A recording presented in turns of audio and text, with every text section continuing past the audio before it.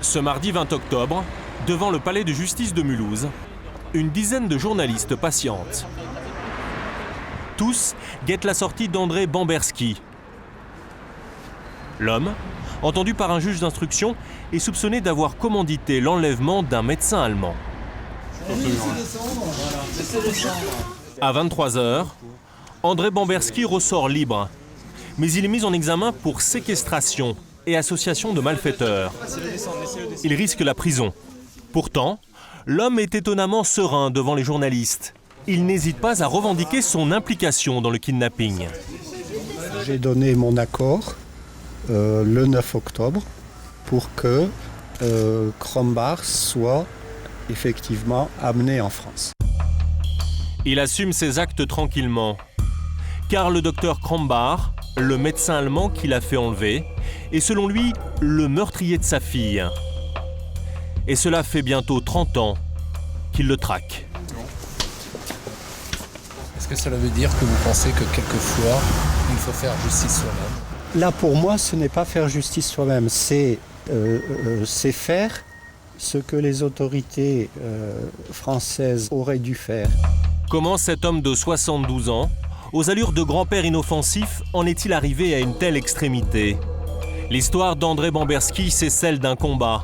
Le combat d'un père blessé qui a voué sa vie à élucider les circonstances de la mort de sa fille, la petite Kalinka.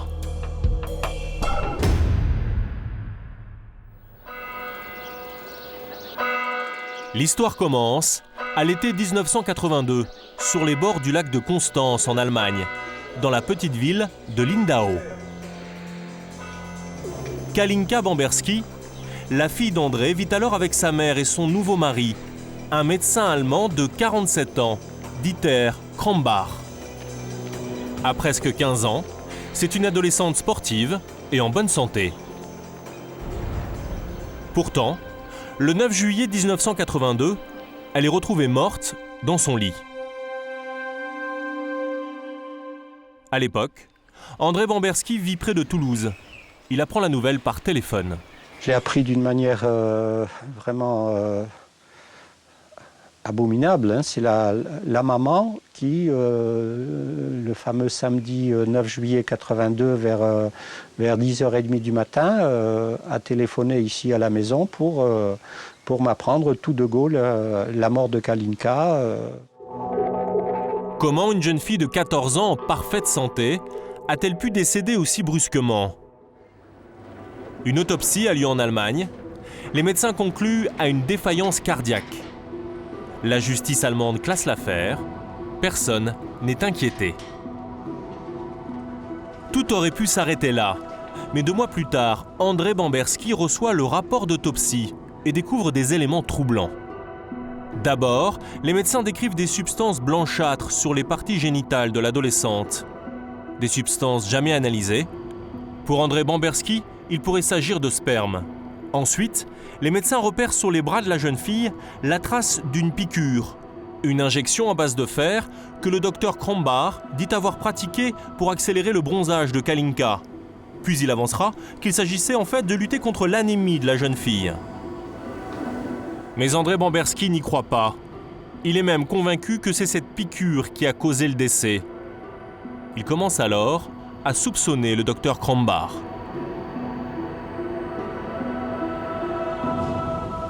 Lorsque j'ai eu le rapport d'autopsie, là immédiatement, pour moi, c'était évident qu'il avait Kalinka et qu'il l'avait tuée.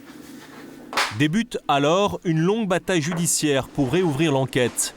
3 ans après la mort de sa fille, André Bamberski demande de nouvelles investigations qui vont renforcer ses doutes.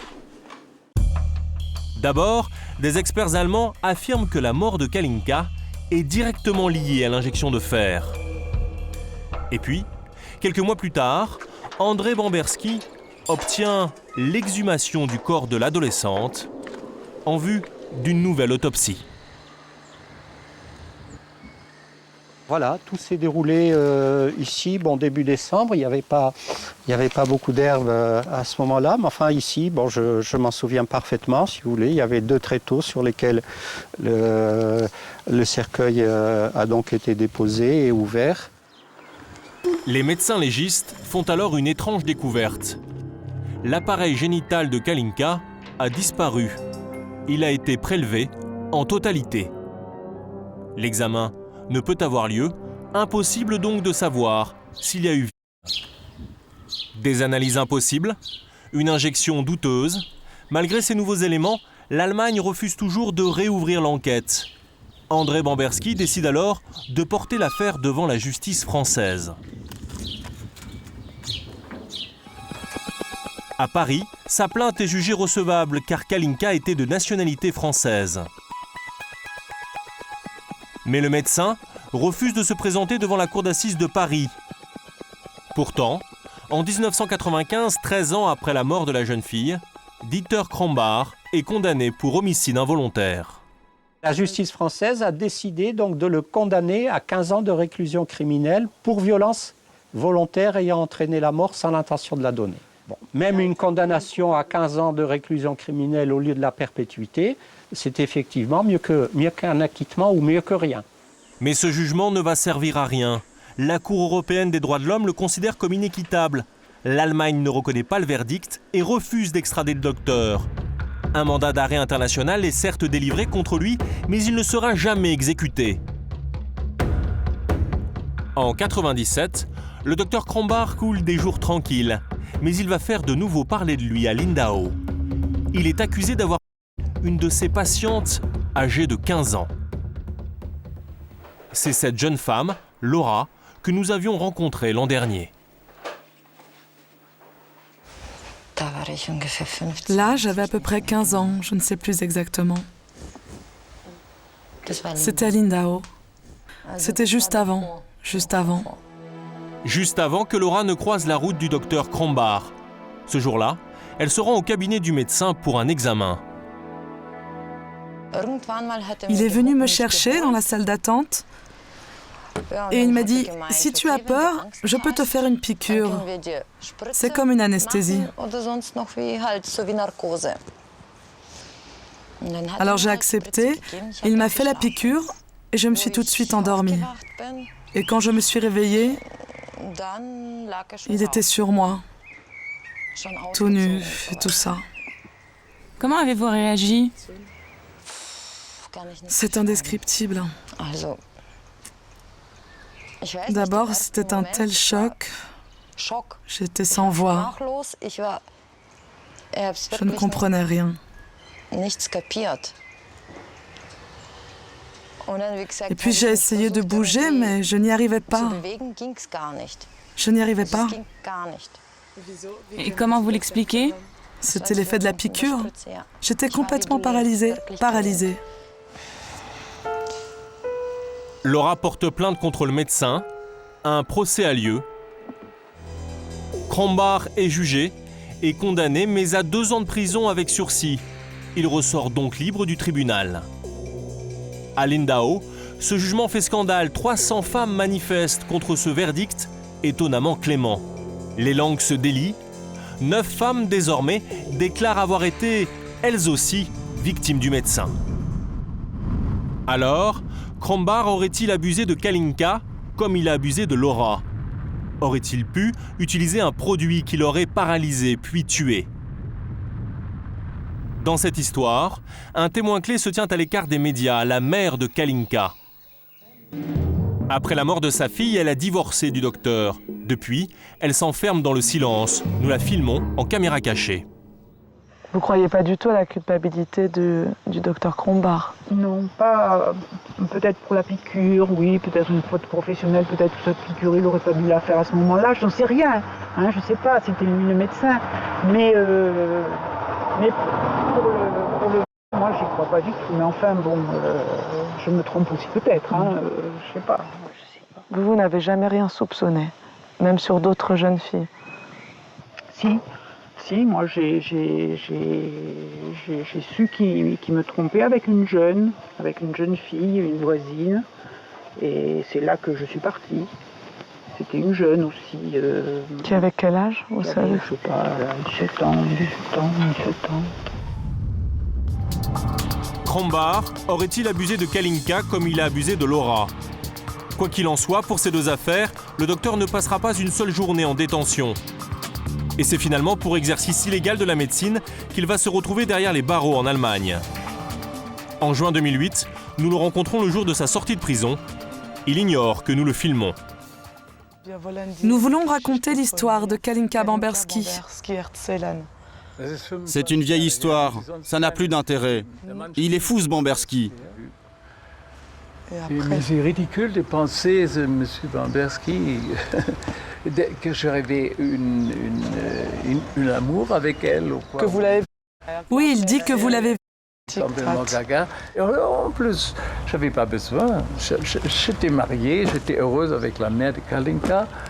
Oh, d'ailleurs aussi, elle est restée encore je crois 5 années après, on s'est fait la divorce.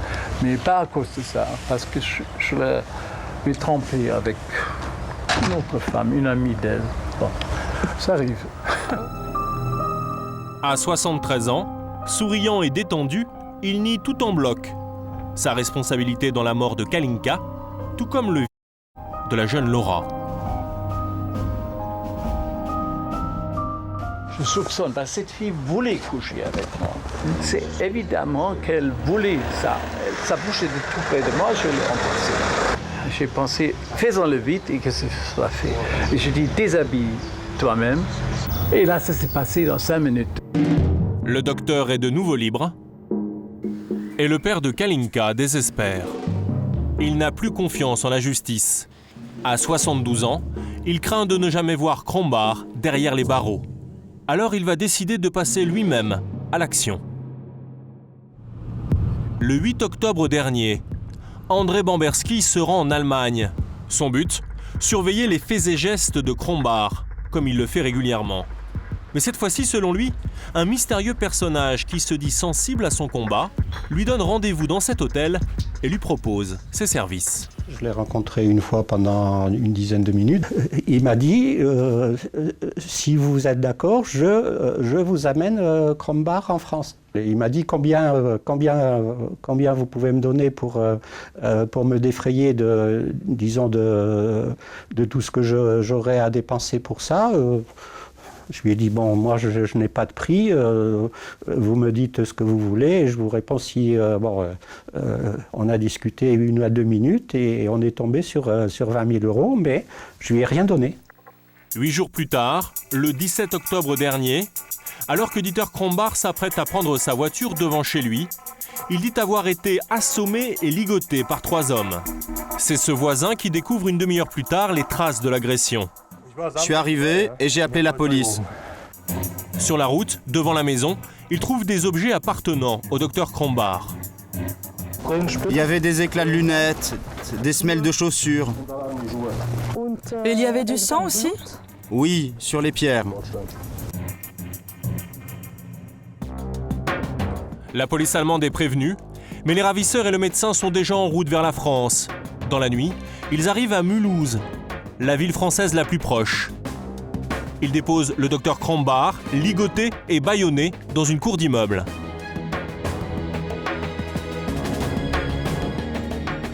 Au même moment, chez lui à Toulouse, André Bamberski reçoit un appel.